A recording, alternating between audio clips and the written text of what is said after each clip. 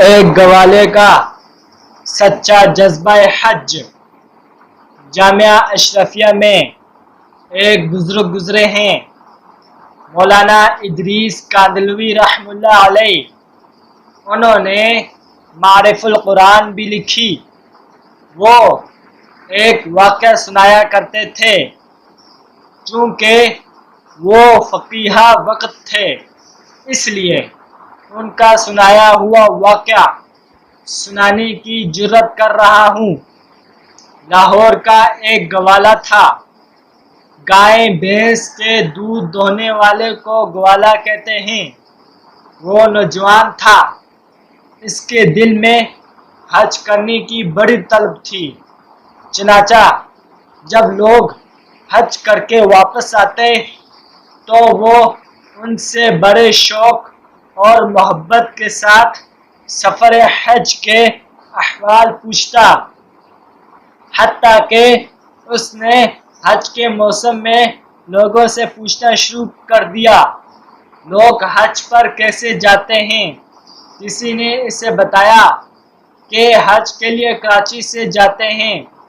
چنانچہ اس نے لوگوں سے پوچھنا شروع کر دیا، کراچی کیسے جاتے ہیں؟ کسی نے کہا کہ اسٹیشن سے جاتے ہیں۔ پھر اس نے لوگوں سے پوچھا کہ اسٹیشن کہاں سے جاتے ہیں؟ کسی نے اس کو اسٹیشن پہنچا دیا۔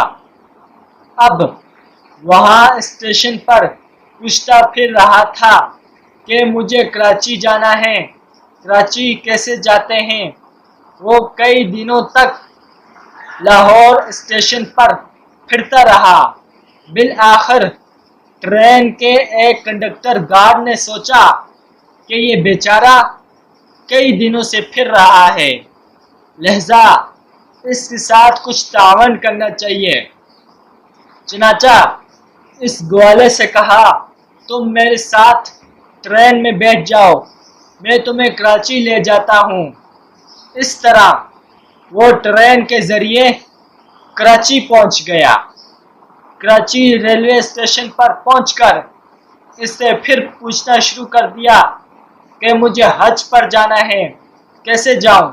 کسی نے اسے حاجی کیمپ کا جانے کا راستہ بتا دیا اور وہ حاجی کیمپ چلا گیا۔ وہاں تو پورا شہر آباد ہوتا ہے، لوگ روزانہ بحری جہاز پر سوار ہو کر جا رہے ہوتے ہیں۔ جب وہ لوگوں کو سوار ہو کر جاتے دیکھتا تو اس کے جذبات کے سمندر میں اور زیادہ جوش آ جاتا۔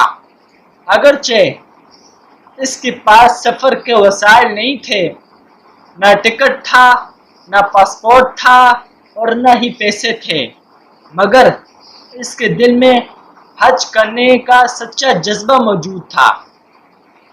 چنانچہ وہ وہاں بھی یہی کہتا رہا کہ مجھے حج پر جانا ہے۔ ایک دن اس کے دل میں یہ خیال آیا کہ جو حاجیوں کا سامان جہاز پر لے جانے والے قلی ہیں، ان کی ایک مخصوص وردی ہے اور ان کو اوپر جانے کی اجازت ہے، لہذا مجھے کسی قلی سے دوستی لگانی چاہیے۔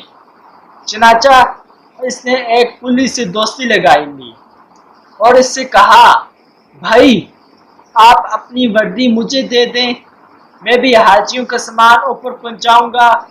جب سامان ختم ہو جائے گا تو میں اپنے کپڑے پہن کر آپ کی وردی واپس بھیج دوں گا، میرا بھی کام بن جائے گا اور آپ کی وردی بھی واپس آ جائے گی۔ چنانچہ اس قلی نے اسے اپنی وردی دے دی اور وہ سامان اٹھانے کے بہانے اس جہاز پر آتا جاتا رہا۔ جب سارا سامان ختم ہو گیا تو وہ ادھر ہی کہیں چھپ گیا اور اپنے کپڑے پہن کر قلی کی وردی واپس بھجوا دی۔ اب وہ وہیں پر ادھر ادھر وقت گزارتا رہا۔ وہاں تو ایک جہاز میں ہزاروں لوگ ہوتے ہیں، کیا پتہ چلے کہ کون گیا ہے۔ اس کے دل میں اللہ تعالیٰ کی ایسی محبت تھی کہ پاسپورٹ اور ٹکٹ کے بغیر وہ جذبات کے گھوڑے پر سوار ہو کر اللہ تعالیٰ کا گھر دیکھنے جا رہا تھا۔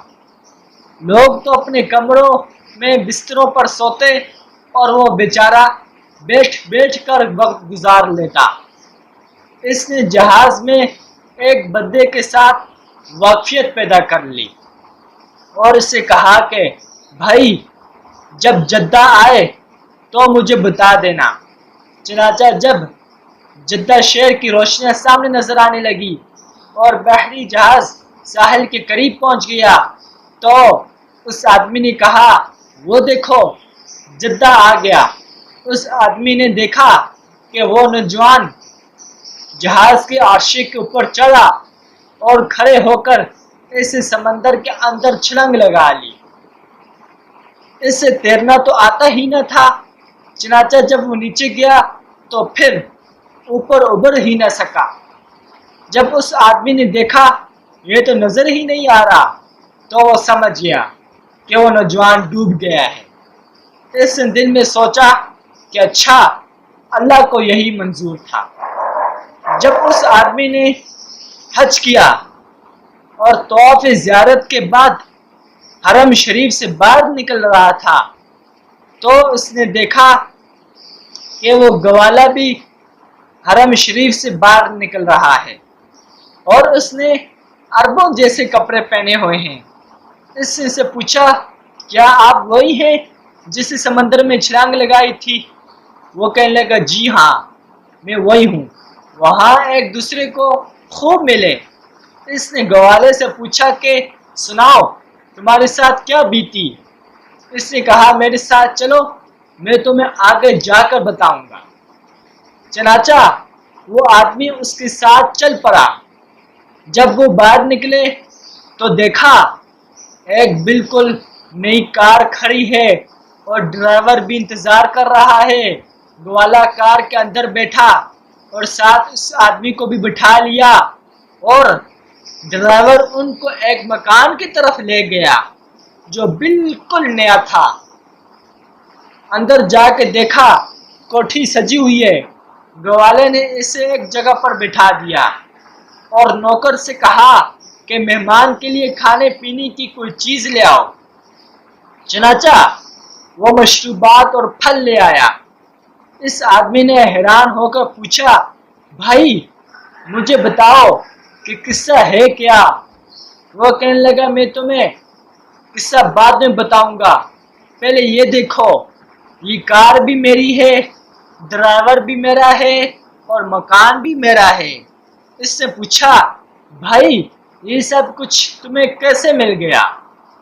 وہ کہنے لگا ہے تو یہ راز کی بات، لیکن چونکہ تم میرے محرم راز ہو اس لیے میں تمہیں بتا دیتا ہوں۔